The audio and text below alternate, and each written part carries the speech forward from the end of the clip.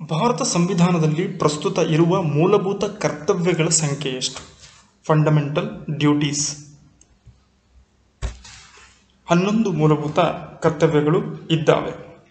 51A ಅನುಚ್ಛೇದದ ಅಡಿಯಲ್ಲಿ ಭಾರತ ಸಂವಿಧಾನದ ಮೂಲಭೂತ ಕರ್ತವ್ಯಗಳನ್ನು ಸೇರ್ಪಡೆ ಮಾಡಲಾಗಿದೆ. ಅವುಗಳ ಒಟ್ಟು ಸಂಖ್ಯೆ 11. ಈ ಕೆಳಗಿನ ಯಾರನ್ನು ರಾಷ್ಟ್ರಪತಿಯವರು ನೇಮಕ ಮಾಡುವುದಿಲ್ಲ? ಲೋಕಸಭಾ ಸ್ಪೀಕರ್, ಭಾರತದ ಮುಖ್ಯ ನ್ಯಾಯಮೂರ್ತಿಗಳು, ವಾಯುದಳದ ಮುಖ್ಯಸ್ಥ, ಭೂಸೇನಾ ಮುಖ್ಯಸ್ಥ. ಇದರಲ್ಲಿ ರಾಷ್ಟ್ರಪತಿಯವರು ನೇಮಕ ಮಾಡದೇ ಇರುವಂಥ ವ್ಯಕ್ತಿ ಅಂತೇಳಿದರೆ ಲೋಕಸಭಾ ಸ್ಪೀಕರ್. ಲೋಕಸಭಾ ಸ್ಪೀಕರ್ ರವರು ಸಂಸತ್ ಸದಸ್ಯರೇನಿರ್ತಾರೆ ಅವರಲ್ಲೇ ಒಬ್ಬರನ್ನು ಆಯ್ಕೆ ಮಾಡಿಕೊಳ್ತಾರೆ. ಹಾಗಾಗಿ ರಾಷ್ಟ್ರಪತಿಯವರು ಇವರನ್ನು ಆಯ್ಕೆ ಮಾಡುವುದಿಲ್ಲ. ಯಾವುದೇ ವ್ಯಕ್ತಿ ರಾಷ್ಟ್ರಪತಿ ಚುನಾವಣೆಗೆ ಎಷ್ಟು ಬಾರಿ ಸ್ಪರ್ಧಿಸಲು ಅವಕಾಶ ಇದೆ ಅಥವಾ ಅರ್ಹತೆಯನ್ನು ಹೊಂದಿದ್ದಾರೆ? ಇದಕ್ಕೆ ಸರಿ ಉತ್ತರ ಯಾವುದೇ ಮಿತಿ ಇಲ್ಲ. ಅಂದರೆ ಎಷ್ಟು ಬಾರಿ ಬೇಕಿದ್ರೂ ಸ್ಪರ್ಧಿಸಬಹುದು. ಒಂದು ಬಾರಿ ರಾಷ್ಟ್ರಪತಿ ಆಗಿದ್ದರೂ ಕೂಡ ಮತ್ತೊಮ್ಮೆ ಅವರು ಚುನಾವಣೆಗೆ ಸ್ಪರ್ಧಿಸೋದಕ್ಕೂ ಕೂಡ ಅರ್ಹತೆಯನ್ನು ಹೊಂದಿದ್ದಾರೆ. ಸಂವಿಧಾನದಲ್ಲಿ ರಾಜ್ಯ ನಿರ್ದೇಶಕ ತತ್ವಗಳನ್ನು ಅಡಕಗೊಳಿಸಿರುವಂತಹ ಬಹುಮುಖ್ಯ ಉದ್ದೇಶ ಸಾಮಾಜಿಕ ಮತ್ತು ಆರ್ಥಿಕ ಪ್ರಜಾಪ್ರಭುತ್ವ. ರಾಜ್ಯ ನಿರ್ದೇಶಕ ತತ್ವಗಳು ಅಥವಾ directive principles of state policy, ಇದನ್ನು ಸೇರ್ಪಡೆ ಮಾಡಿರುವಂಥ ಬಹುಮುಖ್ಯ ಉದ್ದೇಶ ಸುಖಿ ರಾಜ್ಯದ ಪರಿಕಲ್ಪನೆ. ಸುಖಿ ರಾಜ್ಯ ನಿರ್ಮಾಣ ಆಗಬೇಕು ಅಂತೇಳಿದರೆ ಭಾರತದಲ್ಲಿ ಪ್ರತಿಯೊಬ್ಬ ವ್ಯಕ್ತಿಗೂ ಸಮೇತ ಸಾಮಾಜಿಕವಾಗಿ ಮತ್ತು ಆರ್ಥಿಕವಾಗಿ ಪ್ರಜಾಪ್ರಭುತ್ವ ಮಾದರಿಯ ಅವಕಾಶಗಳು ಸಿಗಬೇಕು ಅನ್ನುವಂಥ ಕಾರಣಕ್ಕೆ ರಾಜ್ಯ ನಿರ್ದೇಶಕ ತತ್ವಗಳನ್ನು ಸಂವಿಧಾನದಲ್ಲಿ ಸೇರಿಸಲಾಗಿದೆ. ಈ ಕೆಳಗಿನ ಯಾವುದು ರಾಜ್ಯ ನಿರ್ದೇಶಕ ತತ್ವಗಳ ಮೂಲ ಆಶಯವನ್ನು ಒಳಗೊಂಡಿಲ್ಲ? ಮದ್ಯಪಾನ ನಿಷೇಧ, ಕೆಲಸದ ಹಕ್ಕು, ಸಮಾನ ಕೆಲಸಕ್ಕೆ ಸಮಾನ ವೇತನ, ಮಾಹಿತಿ ಹಕ್ಕು. ಇದಕ್ಕೆ ಸರಿ ಉತ್ತರ ಮಾಹಿತಿ ಹಕ್ಕು ರಾಜ್ಯ ನಿರ್ದೇಶಕ ತತ್ವಗಳ ಅಡಿಯಲ್ಲಿ ಬರದೇ ಇರುವಂಥ ಮೂಲ ಆಶಯವಾಗಿದೆ. ಸುಖಿ ರಾಜ್ಯದ ಪರಿಕಲ್ಪನೆ ಬರಬೇಕು ಅಂತೇಳಿದ್ರೆ ಆ ಒಂದು ಸಮಾಜ ಯಾವ ರೀತಿ ಇರಬೇಕು ಅನ್ನೋದಕ್ಕೆ ಕೆಲವೊಂದು ಅಂಶಗಳನ್ನು ನೀಡಲಾಗಿದೆ. ಮದ್ಯಪಾನ ನಿಷೇಧವಾಗಿರಬೇಕು, ಪ್ರತಿಯೊಬ್ಬರಿಗೂ ಕೆಲಸದ ಹಕ್ಕು ಸಿಗಬೇಕು, ಹಾಗೆಯೇ ಸಮಾನ ಕೆಲಸಕ್ಕೆ ಸಮಾನ ವೇತನ ಸಿಗಬೇಕು. ಆ ಮೂಲಕವಾಗಿ ಸಾಮಾಜಿಕವಾಗಿ ಮತ್ತು ಆರ್ಥಿಕವಾಗಿ ಪ್ರತಿಯೊಬ್ಬರೂ ಸಬಲರಾಗಲಿಕ್ಕೆ ಸಾಧ್ಯ ಅನ್ನುವಂತಹ ಆಶಯವನ್ನು ರಾಜ್ಯ ನಿರ್ದೇಶಕ ತತ್ವಗಳು ಹೊಂದಿವೆ. ರಾಜ್ಯಪಾಲರನ್ನು ವಜಾ ಮಾಡುವ ಅಧಿಕಾರ ಈ ಕೆಳಗಿನ ಯಾರಿಗಿದೆ? ರಾಷ್ಟ್ರಪತಿ. ವಾಸ್ತವದಲ್ಲಿ ವಜಾ ಮಾಡುವ ಅಧಿಕಾರ ಅನ್ನೋದಕ್ಕಿಂತ ಹಿಂದೆ ಕರೆಸಿಕೊಳ್ಳುವಂತಹ ಅಧಿಕಾರ ರಾಷ್ಟ್ರಪತಿಗಿದೆ. ಯಾಕಂದರೆ ರಾಷ್ಟ್ರಪತಿಯವರೇ ರಾಜ್ಯಪಾಲರನ್ನು ನೇಮಕ ಮಾಡಿರ್ತಾರೆ. ಸಾಮಾನ್ಯವಾಗಿ ಅವರ ಅಧಿಕಾರಾವಧಿ 5 ವರ್ಷ ಅಥವಾ ರಾಷ್ಟ್ರಪತಿಯವರು ಇಚ್ಛೆ ಪಡುವವರೆಗೂ ಸಮೇತ ಅವರು ರಾಜ್ಯಪಾಲರಾಗಿ ಮುಂದುವರಿಯಬಹುದು. ಆದರೆ ಯಾವುದೇ ಕ್ಷಣದಲ್ಲಿ ರಾಷ್ಟ್ರಪತಿಯವರು ಅವರನ್ನು ತಮ್ಮ ಹುದ್ದೆಯಿಂದ ತೆಗೆದುಹಾಕುವಂತಹ ಅಧಿಕಾರವನ್ನು ಹೊಂದಿದ್ದಾರೆ.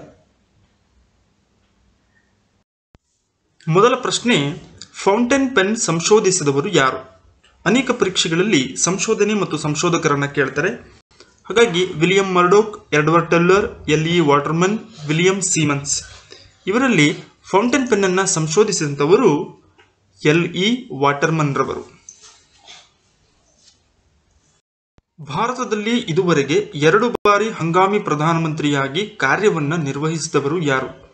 ಸರ್ದಾರ್ ವಲ್ಲಭಾಯ್ ಪಟೇಲ್, ಇಂದಿರಾ ಗಾಂಧಿ, ಗುಲ್ಜಾರಿಲಾಲ್ ನಂದಾ, ಲಾಲ್ ಬಹದ್ದೂರ್ ಶಾಸ್ತ್ರಿ. ಇವರಲ್ಲಿ ಹಂಗಾಮಿ ಪ್ರಧಾನಮಂತ್ರಿಯಾಗಿ 2 ಬಾರಿ ಕಾರ್ಯವನ್ನು ನಿರ್ವಹಿಸಿದಂಥವರು Gulzarilal ನಂದಾರವರಾಗಿದ್ದಾರೆ.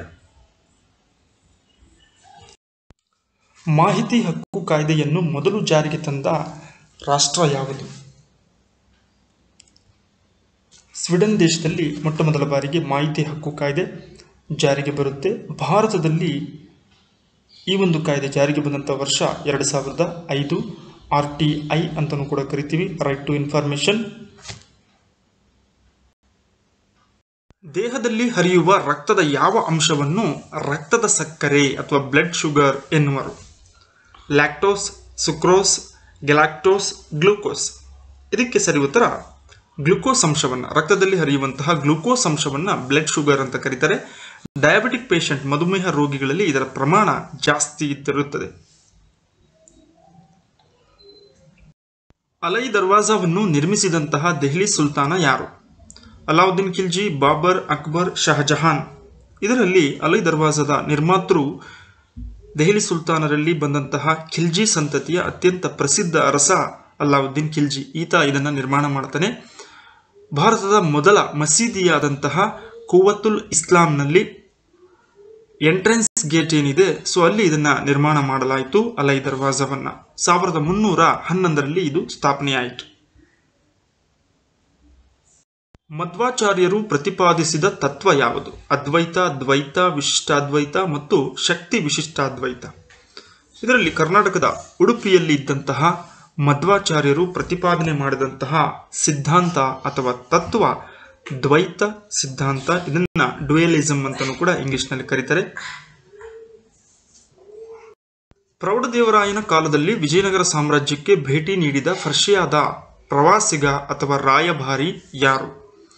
Abdul Razak, Niccolo Conti, Barbosa, Domingo Fayaz. ಇದಕ್ಕೆ ಸರಿ ಉತ್ತರ ಅಬ್ದುಲ್ ರಜಾಕ್. ಈತ ಪರ್ಷಿಯಾದ ರಾಯಭಾರಿಯಾಗಿದ್ದು 1442ರಿಂದ 1445 ಅವಧಿಯಲ್ಲಿ ವಿಜಯನಗರ ಸಾಮ್ರಾಜ್ಯಕ್ಕೆ ಭೇಟಿಯನ್ನು ನೀಡಿರ್ತಾನೆ. ವಿಜಯನಗರ ಸಾಮ್ರಾಜ್ಯ ಮತ್ತು ಪ್ರೌಢದೇವರಾಯನ ಆಳ್ವಿಕೆಯ ಬಗ್ಗೆ ಅತ್ಯಂತ ಹೊಗಳಿಕೆಯ ಮಾತುಗಳನ್ನು ಆತ ಆಗಿನ ಕಾಲಘಟ್ಟದಲ್ಲಿ ದಾಖಲಿಸಿರುತ್ತಾನೆ.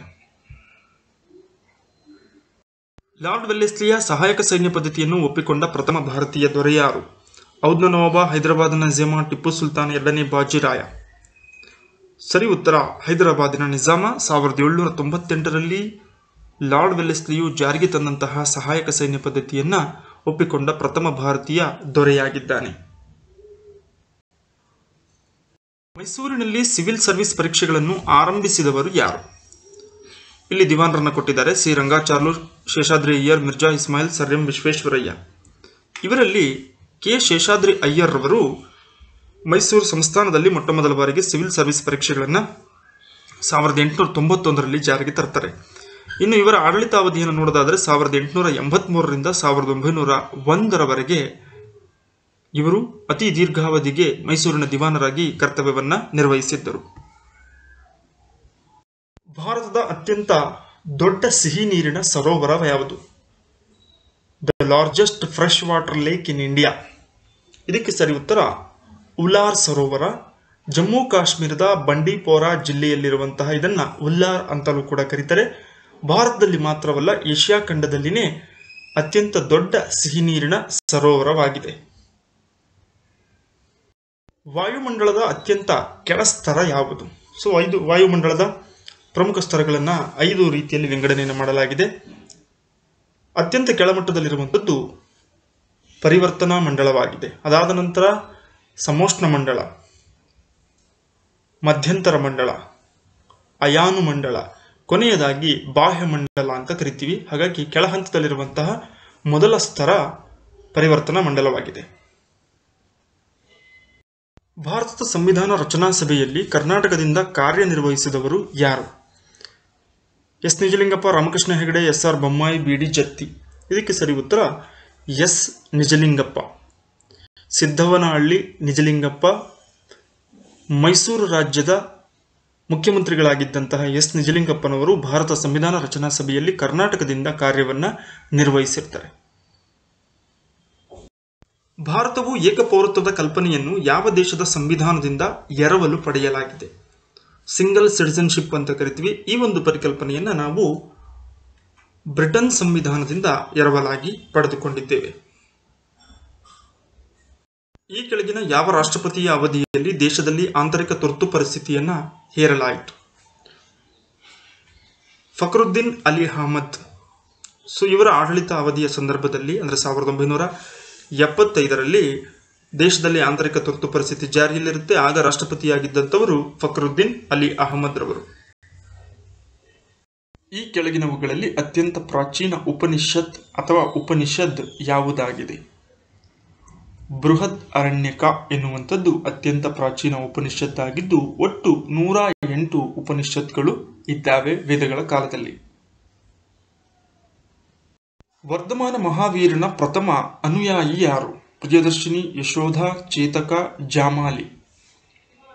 ಇದಕ್ಕೆ ಸರಿಯಾದ ಉತ್ತರ ಜಾಮಾಲಿ ವರ್ಧಮಾನ ಮಹಾವೀರನ ಪ್ರಥಮ ಅನುಯಾಯಿಯಾಗಿದ್ದಾನೆ. ಈ ಜಾಮಾಲಿ ಯಾರು ಅಂತ ನೋಡಿದಾಗ ವರ್ಧಮಾನ ಮಹಾವೀರ ನಮ್ಮ ಮಗಳಾದಂತಹ ಪ್ರಿಯದರ್ಶಿನಿಯ ಗಂಡನಾಗಿರ್ತಾನೆ.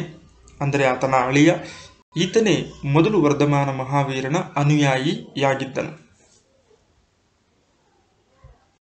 ಪ್ರಸಿದ್ಧವಾದ ಅಲಹಾಬಾದ್ ಪ್ರಶಸ್ತಿಯನ್ನು ರಚಿಸಿದವರು ಯಾರು? ಹರಿಸೇನ ಸರಿಯಾದಂತಹ ಉತ್ತರ. ಗುಪ್ತರ ಬಗ್ಗೆ ಅತ್ಯಂತ ಪ್ರಮುಖವಾದಂತಹ ಆಧಾರಗಳಲ್ಲಿ ಅಲಹಾಬಾದ್ನಲ್ಲಿರುವಂತಹ ಸ್ತಂಭ ಶಾಸನ ಪ್ರಮುಖವಾದದ್ದು. ಇದರ ಒಂದು ರಚನೆಕಾರ ಹರಿಸೇನನಾಗಿದ್ದಾನೆ. ಹರ್ಷನ ಮೇಲೆ ಚಾಲುಕ್ಯರು ಸಾಧಿಸಿದ ವಿಜಯವನ್ನು ಎಲ್ಲಿ ಹೇಳಲಾಗಿದೆ? ಹರ್ಷಚರಿತೆ, ಅಲಹಾಬಾದ್ ಸ್ತಂಭಶಾಸನ, ಐಹೊಳೆ ಪ್ರಶಸ್ತಿ, ತಮಿಳು ಸಂಗಮ್ ಸಾಹಿತ್ಯ. ಇದಕ್ಕೆ ಸರಿಯಾದ ಉತ್ತರ ಐಹೊಳೆ ಪ್ರಶಸ್ತಿ ಶಾಸನ. ಇದನ್ನು ರಚನೆ ಮಾಡಿದವನು ರವಿಕೀರ್ತಿ. ಈತನ ಒಂದು ಕಾಲಾವಧಿ 610 642. ಇಮ್ಮಡಿ ಪುಲಕೇಶಿಯ ಆಸ್ಥಾನದಲ್ಲಿ ಈತ ಇರ್ತಾನೆ. ಈ ಒಂದು ಶಾಸನವು ಮೇಗುತಿ ದೇವಾಲಯದ ಬಳಿ ನಾವು ಕಾಣಬಹುದು. ಈ ಒಂದು ಶಾಸನವು ಹರ್ಷವರ್ಧನನಿಗೂ ಮತ್ತು ಇಮ್ಮಡಿ ಪುಲಕೇಶಿಗೂ ನಡೆದಂತಹ ನರ್ಮದಾ ಕದನದ ಬಗ್ಗೆ ಮಾಹಿತಿಯನ್ನು ನೀಡುತ್ತದೆ. ರಾಜ್ಯದಲ್ಲಿ ಕಾರ್ಯಾಂಗಕ್ಕೆ ಸಂಬಂಧಿಸಿದಂತೆ ಈ ಕೆಳಗಿನ ಯಾವ ಹೇಳಿಕೆ ಸರಿಯಾಗಿದೆ? 3 ಹೇಳಿಕೆಗಳನ್ನು ಕೊಟ್ಟಿದ್ದಾರೆ. ರಾಜ್ಯ ಕಾರ್ಯಾಂಗದ ಕಾರ್ಯಗಳು ರಾಜ್ಯಪಾಲರ ಹೆಸರಿನಲ್ಲಿ ಜರುಗುತ್ತವೆ. 2ನೇದು, ರಾಜ್ಯಪಾಲರನ್ನು ರಾಷ್ಟ್ರಪತಿಗಳು ನೇಮಕ ಮಾಡುವರು. 3ನೇದು, ಕಾರ್ಯಾಂಗದ ಎಲ್ಲ ನಿರ್ಧಾರಗಳು ಮುಖ್ಯಮಂತ್ರಿಯವರ ಹೆಸರಿನಲ್ಲಿ ಕೈಗೊಳ್ಳಲಾಗುತ್ತದೆ. ಇದರಲ್ಲಿ ಸರಿಯಾದಂಥ ಹೇಳಿಕೆಗಳನ್ನು ಗಮನಿಸುವುದಾದರೆ 1 ಮತ್ತು 2. ಇನ್ನು ತಪ್ಪಾದ ಹೇಳಿಕೆ, ಕಾರ್ಯಾಂಗದ ಎಲ್ಲ ನಿರ್ಧಾರಗಳು ಮುಖ್ಯಮಂತ್ರಿಯವರ ಹೆಸರಿನಲ್ಲಿ ಕೈಗೊಳ್ಳಲಾಗುತ್ತದೆ ಎನ್ನುವುದು ತಪ್ಪಾದ ಹೇಳಿಕೆಯಾಗಿದೆ. ಇದು ಕೂಡ ರಾಜ್ಯಪಾಲರ ಹೆಸರಿನಲ್ಲಿಯೇ ಕೈಗೊಳ್ಳುತ್ತಾರೆ.